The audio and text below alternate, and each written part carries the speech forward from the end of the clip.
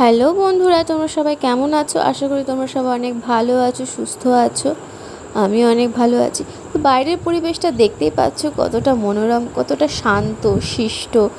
সবাই এই ওয়েদারটাকে বা এই টাইমটাকে সবাই কম বেশি পছন্দ করে। সেম আমিও খুব পছন্দ করি। তো সকাল সকাল উঠে বাড়ির কাজবাজ স্টার্ট করে দিয়েছি, কেননা আমার একটা টিউশন আছে। তো সেখানে পড়াতে যাব বলে সকাল সকালই ওঠার চেষ্টা করি, তাহলে কাজবাজগুলো সেরে গেলে আমার বাড়ি এসে আদার্স কাজ করতে হেল্প হবে, অনেকটা লেট হবে, না হলে স্নান করতে প্রচণ্ড লেট হয়ে যায়। আর আমাদের বাড়ির রাস্তার সাইডেই হওয়ার জন্য এত পরিমাণে ধুলো পড়ে, তার জন্য এগুলো রোজ রোজ আমাকে মুছতে হয়। প্রচণ্ড পরিমাণে ধুলো হয়, পরে পুরো সাদা সাদা হয়ে যায়। তোমাদের সাথে অনেক দিন ধরে আমি কোনো ভিডিও শেয়ার করতে পারি না, যার জন্য আমার চ্যানেলটারও অনেক রিচ ডাউন হয়েছে। বাট কী করব, কিছু প্রবলেম ছিল যার কারণে ভিডিও শেয়ার করা হয়ে ওঠেনি। বাট এখন থেকে চেষ্টা করব প্রায় ভিডিও আপলোড করার, তোমাদের সাথে কি করছি কি না করছি বা এনিথিং যা কিছু পারবো শেয়ার করার। আর প্লিজ তোমরা আমার পাশে থেকেও আমাকে সাপোর্ট করো। আর যারা যারা আমার ভিডিওকে পছন্দ করো বা দেখতে ভালোবাসো, তারা যদি এখনও সাবস্ক্রাইব না করে থাকো তো আমার চ্যানেলটাকে সাবস্ক্রাইব করে দিও। আর ভিডিও যদি ভালো লেগে থাকে তো লাইক কমেন্ট শেয়ার করতে ভুলো না।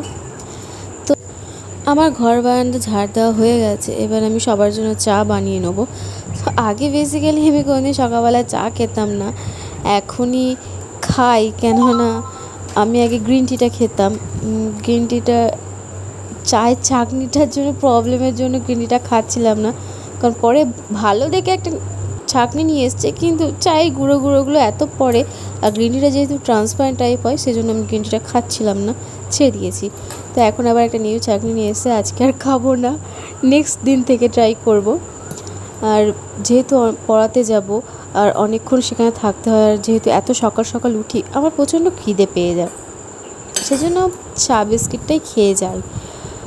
তো সবার জন্য চা করে নেবো। আর বাইরে এই যে টেবিল টপটা আছে, গ্যাসের টেবিল টপ, এই মার্বেল না গ্রানাইট যায় না, যাই হোক এটার কালার যেহেতু ব্ল্যাক, আর আমাদের মেঝেগুলো এখনও মানে শান হয়নি বা টাইলস মার্বেলস কিছুই বসানো হয়নি, সেজন্য এত ধুলো পড়ে ঝাড় দিলেই পুরো সাদা হয়ে যায়, কালো জিনিসটা পুরো সাদা হয়ে যায়। আমাদের ঘর বাড়িটা দেখে বুঝতেই পারছো তোমরা, আমরা ওইখানে নিউ শিফট করেছি, এখনও কোনো কিছুই কমপ্লিট হয়নি, আস্তে আস্তে কমপ্লিট হবে। জানি না কবে হবে, বাট হবে একদিন, হয়তো এখনই পসিবল নয়, কিছুদিন পরে বা অনেক পরে, জানি না, যখন হবে তোমরা নিশ্চয়ই দেখতে পাবে। তো দেখো এত বড় বইমটা নিয়ে আমি চলে এসেছি। কটা দিন চা খেতে খেতে এমনই আমার বাজে অভ্যেস হয়ে গেছে যে চায়ের থেকে বেশি বিস্কিট খাই।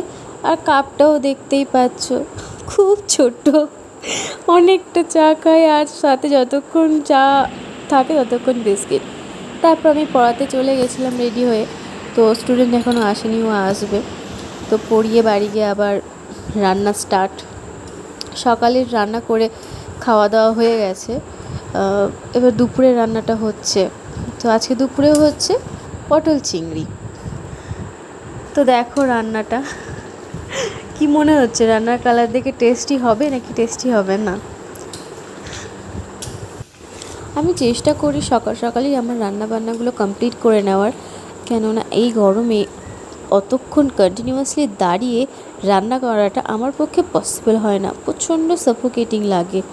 সেজন্য যত সকাল সকাল আমার মনে হয় রান্নাটা আমি করে নিতে পারবো, আমি তত ফ্রি, আর নিজেরও ভালো লাগে, রান্না বান্না করে নিয়ে দেন রেস্ট নিই, বেটার লাগে। তো আজকের মেনু ছিল পটল চিংড়ি আর আমের চাটনি। তো ভাতটা বসিয়ে দিয়েছি, তরকারিটাও কমপ্লিট, এবার আমের চাটনিটা করে নেব। আজকে আমের চাটনিটা একটু অন্য স্টাইলের হবে, অবভিয়াসলি ইউটিউব দেখেই করছি। তো দেখা যাক কেমন হয় রেসিপিটা। তোমরা যারা যারা খাবে সবাই চলে এসো, সবাইকে ওয়েলকাম আমাদের বাড়িতে।